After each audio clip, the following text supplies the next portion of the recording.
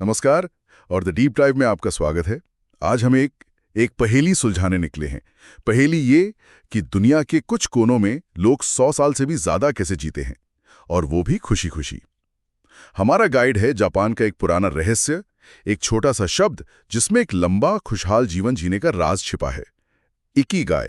हमारे पास Ikigai the Japanese secret to a long and happy life किताब का एक हिस्सा है, और हम इसी में से कुछ जवाब ढूंढने की कोशिश करेंगे। ये सवाल ही अपने आप में बहुत दिलचस्प है ना? हम सब एक लंबी जिंदगी तो चाहते हैं, पर सिर्फ लंबी नहीं। हाँ, एक अच्छी जिंदगी, सेहतमंद। बिल्कुल। और इकिगाई इसी का जवाब देने की कोशिश करता है। अगर सीधे शब्दों में कहूं तो इसका मतलब है सुबह बिस्तर से उठने की वजह। सुबह उठने की वजह? हाँ, वो क्या चीज है जो आपको हर दिन एक मकसद देती है, एक ऊर्जा देती है। बस वही इकिगाई है। और ये सिर्फ कोई किताबी फलसफा नहीं है, इसके असली दुनिया में सबूत भी हैं। बिल्कुल है। किताब में बताया गया है कि जापान का ओकिनावा द्वीप, वहां दुनिया में सबसे ज्यादा शतायु लोग रहते हैं। मतलब 100 साल या उससे ज्यादा जीने वाले लोग। ये कोई इत्तेफाक तो नहीं हो सकता है? नहीं, बिल्कुल नहीं। और यही बात समझनी जरूरी है कि उनकी लंबी उम्र का राज सिर्फ अच्छे खाने पीने में नहीं, बल्कि इसी इकिगाई में छिपा है। किताब के लेखक कहते हैं कि हर किसी के अंदर एक इकिगाई होती है, बस उसे खोजना पड़ता है। ये कोई ऐसी चीज नहीं है जो आपको एक रात में मिल जाएगी। इसके लिए धैर्य चाहिए। ये एक अंदरूनी खोज है। तो चलिए इसी खोज पर आगे बढ़ते हैं। किताब में जो पहली बात मुझे सबसे ज्यादा जिसने मुझे चौंकाया, वो है जापानी संस्कृति में रिटायरमेंट को देखने का नजरिया। अच्छा। बल्कि कहना चाहिए कि वहां वैसा कोई नजरिया है ही नहीं जैसा हम देखते हैं। हाँ, ये एक बहुत बड़ा फर्क है। जापानी भाषा में ऐसा कोई शब्द ही नहीं है जिसका मतलब हो काम काज को हमेशा के लिए छोड़ देना। सच में कोई शब्द ही नहीं है? नहीं, ये उनकी सोच में ही नहीं है। इसका कारण ये है कि उनके लिए जीवन में एक उद्देश्य का होना, किसी काम में लगे रहना बहुत जरूरी है। वो उस काम को करते रहते हैं जिससे उन्हें प्यार है, जब तक उनका शरीर साथ देता है। लेकिन एक मिनट, क्या ये रिटायर ना होने का विचार आज की स्ट्रेस भरी कॉर्पोरेट दुनिया में भी उतना ही अच्छा है? कहीं ये हमेशा काम करते रहने का एक दबाव तो नहीं बनाता? मैं तो सोच रहा था कि 60 के बाद तो हर कोई आराम करना चाहता है। आपका सवाल बहुत वैलिड है। यहाँ फर्क काम की परिभाषा में है। देखिए, किताब इस बात पर जोर देती है कि इकिगाई का मतलब वो काम नहीं है जो आप मजबूरी में कर रहे हैं। ओके। ये वो काम है जो आपको खुशी देता है, जिसे करके आपको लगता है कि आपका जीवन सार्थक है। ओकिनावा का किसान शायद 90 साल की उम्र में भी अपने खेत में काम करना चाहेगा, क्योंकि उसे उससे एक जुड़ाव महसूस होता है। वो उसके लिए बोझ नहीं है, बल्कि उसकी इकिगाई है। एग्जैक्टली। तो ये दबाव नहीं, बल्कि एक चुनाव है। अच्छा, तो ये नजरिया ही पूरा अलग है। ये पर्पस या उद्देश्य वाली बात मुझे समझ आ रही है। कहते हैं इकिगाई शब्द खुद 2 शब्दों से मिलकर बना है। हाँ, इकी जिसका मतलब है जीवन, और गाय जिसका मतलब है मूल्य या सार्थकता। जीवन का मूल्य? बिल्कुल। और दिलचस्प बात यह है कि गाय शब्द जिन अक्षरों से बना है, उनका भी मतलब मूल्य या सार्थक होने से ही जुड़ा है। यह दिखाता है कि यह विचार उनकी भाषा और संस्कृति में कितनी गहराई तक समाया हुआ है। सही बात है। ये कोई नया फैशन वाला शब्द नहीं है। नहीं, ये उनके जीने का तरीका है। ठीक है, तो ये उद्देश्य ही उन्हें आगे बढ़ाता है। और इसी से जुड़ा हुआ एक और फैसिनेटिंग कॉन्सेप्ट है ब्लू जोन्स का। किताब के हिसाब से ओकिनावा दुनिया के उन 5 ब्लू जोन्स में से एक है। ये क्या है ब्लू जोन्स? हाँ, ये एक रिसर्चर हैं, डैन ब्यूटनर। उन्होंने दुनिया के इन खास हिस्सों को पहचाना। ये वो जगह हैं जहां लोग दुनिया में सबसे लंबा और स्वस्थ जीवन जीते हैं। ओके। किताब में इन 5 का जिक्र है। पहला तो ओकिनावा जापान है ही। यहाँ के लोग सब्जियों और टोफू से भरपूर खाना खाते हैं, और उनकी कम्युनिटी लाइफ बहुत मजबूत है। दूसरा नाम है सार्डिनिया, इटली का। ये भी एक द्वीप है। अच्छा, ये भी एक द्वीप है। हाँ, यहाँ के लोग बहुत सारी सब्जियां खाते हैं और दिन में 1-2 ग्लास रेड वाइन पीते हैं। यहाँ भी परिवार और समुदाय को बहुत अहमियत दी जाती है। एक मिनट, ओकिनावा और सार्डिनिया दोनों द्वीप हैं। क्या इन द्वीपों पर रहने से कोई खास फर्क पड़ता है? मतलब आइसोलेशन और समुदाय की भावना का कोई गहरा संबंध है? ये एक शानदार ऑब्जर्वेशन है। इन 5 में से 3 ब्लू जोन्स असल में द्वीप है। तीसरा इकारिया ग्रीस में है, जो एक और द्वीप है। द्वीपों पर अक्सर क्या होता है कि संसाधन सीमित होते हैं, जिससे लोगों में एक दूसरे पर निर्भरता और सहयोग की भावना बढ़ जाती है। सही बात है। और बाहरी दुनिया से थोड़ा कटे होने की वजह से शायद उनकी पारंपरिक जीवन शैली भी ज्यादा सुरक्षित रहती है। समुदाय का ये ताना बाना उनकी लंबी उम्र का एक बहुत बड़ा राज है। ये तो बहुत दिलचस्प कनेक्शन है। अच्छा, बाकी 2 ब्लू जोन्स कौन से हैं? चौथा है कोस्टा रिका का निकोया प्रायद्वीप। यहाँ के बुजुर्ग 90 की उम्र के बाद भी बहुत एक्टिव रहते हैं। सुबह 5:30 बजे उठकर खेतों में काम करने चले जाते हैं। वाह। और पांचवा थोड़ा हैरान करने वाला है।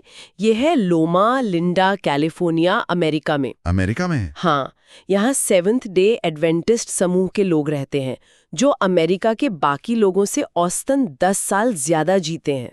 तो इन सब अलग अलग जगहों में, अलग अलग संस्कृतियों में ऐसा क्या कॉमन है? कोई पैटर्न है? हाँ, और यही इस रिसर्च का सबसे खूबसूरत हिस्सा है। कुछ बातें इन सब में समान हैं। पहला, ये सब प्रोसेस्ड फूड और ज्यादा मांस नहीं खाते। इनकी डाइट पौधों पर आधारित है। Okay, plant based diet. बिल्कुल। दूसरा, ये लोग लगातार हल्की फुल्की शारीरिक गतिविधि करते हैं। ये जिम जाकर घंटों पसीना नहीं बहाते, बल्कि चलते हैं, बागवानी करते हैं, अपने रोजमर्रा के काम खुद करते हैं। हाँ। तीसरा, इन सब के पास जीवन में कोई ना कोई उद्देश्य है, जिसे जापानी इकिगाई कहते हैं। और चौथा, और शायद सबसे जरूरी, इन सब के सामाजिक और पारिवारिक रिश्ते बहुत मजबूत हैं। ये वर्कआउट वाली बात मुझे थोड़ी हैरान कर रही है। हम हमेशा सुनते हैं कि हाई इंटेंसिटी वर्कआउट जरूरी है, वजन उठाना चाहिए, पर यहाँ तो बिल्कुल उल्टी बात कही जा रही है। उल्टी नहीं, बस अलग। ये रिसर्च बताती है कि लंबी उम्र के लिए निरंतरता तीव्रता से ज्यादा जरूरी है। मतलब कंसिस्टेंसी ओवर इंटेंसिटी। एग्जैक्टली। रोज चलना, रोज बागवानी करना, सीढ़ियां चढ़ना, ये आदतें शायद हफ्ते में 3 दिन जिम जाने से ज्यादा फायदेमंद है। ये उनकी जिंदगी का हिस्सा है, कोई अलग से करने वाली चीज नहीं। ठीक है, तो हमने फिलॉसफी समझ ली और ये भी देख लिया कि ये कहाँ-कहाँ काम कर रही है। पर मुझे ये जानने में ज़्यादा दिलचस्पी है कि ओकिनावा में रहने वाला एक आम इंसान, वो सुबह से शाम तक ऐसा क्या अलग करता है? उनकी रोज़ की आदतें क्या हैं जिन्हें शायद हम भी अपना सकें? बिल्कुल, क्योंकि थ्योरी से ज्यादा प्रैक्टिकल आदतें काम आती हैं। किताब में ओकिनावा की 2 बहुत ही खास आदतों का जिक्र है। पहली आदत खाने से जुड़ी है और इसे कहते हैं हारा हाची बू। हारा हाची बू, इसका क्या मतलब है? ये एक बहुत पुरानी कहावत है, जिसे लोग अक्सर खाना खाने से पहले बोलते हैं। इसका मतलब है अपना पेट सिर्फ 80% तक भरो। 80%? हाँ, सलाह ये है कि जब आपको लगे कि पेट लगभग भर गया है, बस भरने ही वाला है, तभी खाना बंद कर दें। ठूस-ठूस कर कभी ना खाएं। ये तो हमारे यहाँ भी बड़े बुजुर्ग कहते हैं कि पेट में थोड़ी जगह खाली छोड़नी चाहिए, लेकिन इसके पीछे कोई वैज्ञानिक कारण भी है? हाँ, और किताब उसे बहुत अच्छे से समझाती है। जब हम बहुत ज्यादा खा लेते हैं तो हमारे पाचन तंत्र को बहुत ज्यादा ऊर्जा खर्च करनी पड़ती है। ये लंबी और मुश्किल पाचन प्रक्रिया हमारे शरीर में एक प्रोसेस को तेज कर देती है, जिसे सेलुलर ऑक्सीडेशन कहते हैं। आसान भाषा में कहें तो हमारे शरीर के सेल्स जल्दी बूढ़े होने लगते हैं। ओह, तो कम खाने से उम्र बढ़ने की प्रक्रिया धीमी हो जाती है। सही पकड़ा। और ये सिर्फ कहने की बात नहीं है, आंकड़े भी यही दिखाते हैं। किताब के अनुसार ओकिनावा के लोग औसतन दिन में 1800 से 1900 कैलोरी लेते हैं, जबकि अमेरिका में ये आंकड़ा 2200 से 3300 तक है। ये तो बहुत बड़ा अंतर है। बहुत बड़ा। और सिर्फ कैलोरी ही नहीं, उनके खाने परोसने का तरीका भी इसमें मदद करता है। वो कैसे? जापान में खाना अक्सर कई छोटी छोटी कटोरियों और प्लेटों में परोसा जाता है। जब आपके सामने 5 प्लेटें रखी हों तो दिमाग को लगता है कि आप बहुत कुछ खा रहे हैं, लेकिन असल में हर प्लेट में थोड़ा थोड़ा ही होता है। ये एक तरह की मनोवैज्ञानिक तरकीब है, जिससे आप कम खाकर भी संतुष्ट महसूस करते हैं। वाह, ये तो बहुत स्मार्ट तरीका है। अच्छा, और दूसरी खास आदत क्या है? दूसरी आदत सामाजिक जीवन से जुड़ी है और शायद सबसे शक्तिशाली है। इसे कहते हैं मोआई। मोआई, ये क्या है? मोआई एक अनौपचारिक सामाजिक समूह है। ये आपके वो दोस्त हैं जो एक दूसरे का हर तरह से ख्याल रखते हैं। ये सिर्फ वीकेंड पर पार्टी करने वाले दोस्त नहीं हैं। ये एक तरह का चुना हुआ परिवार है जो जिंदगी भर आपका साथ देता है। मतलब एक तरह का सपोर्ट सिस्टम? उससे भी कहीं ज्यादा। इसकी शुरुआत सदियों पहले गांवों में किसानों के समूहों से हुई थी। वो अपनी फसल का एक हिस्सा और कुछ पैसे एक साथ जमा करते थे ताकि अगर किसी की फसल खराब हो जाए या कोई और मुसीबत आ पड़े तो उस फंड से उसकी मदद की जा सके। बिल्कुल, ये परंपरा आज भी जिंदा है। एक मुआई के सदस्य हर महीने एक तय रकम जमा करते हैं। उस पैसे से वे साथ में घूमते फिरते हैं, डिनर करते हैं, अपनी हॉबीज पूरी करते हैं। ये एक वित्तीय और भावनात्मक दोनों तरह की सुरक्षा देता है। ये तो कमाल का कॉन्सेप्ट है। मतलब आपको पता है कि अगर आप पर कोई मुसीबत आई तो आपके दोस्त सिर्फ दिलासा देने नहीं आएंगे, वो आर्थिक रूप से भी आपकी मदद करने के लिए तैयार हैं। ये अपनेपन और सुरक्षा की भावना तो किसी भी तनाव को कम कर देगी। बिल्कुल, यही मुआई का जादू है। ये आपको अकेला महसूस नहीं होने देता। आपको पता होता है कि 10-12 लोगों का एक ऐसा घेरा है जो हमेशा आपके साथ खड़ा है। तो एक दिलचस्प बात जो इन सब में दिखती है वो है संयम या मॉडरेशन का सिद्धांत। कैसे? देखिए, हारा हाचीबू खाने में संयम की बात करता है, हल्का व्यायाम शरीर के साथ संयम दिखाता है, और मुआई शायद हमें सिखाता है कि सामाजिक जीवन में भी बहुत सारे लोगों के बजाय कुछ गहरे रिश्तों पर ध्यान देना ज्यादा जरूरी है। ये सब कुछ कम में ज्यादा वाली सोच है। ये नब्ज पकड़ी है। इन सभी आदतों के मूल में संतुलन और संयम ही है। बहुत ज्यादा कुछ भी नहीं, ना बहुत ज्यादा खाना, ना बहुत ज्यादा कसरत, ना बहुत ज्यादा तनाव।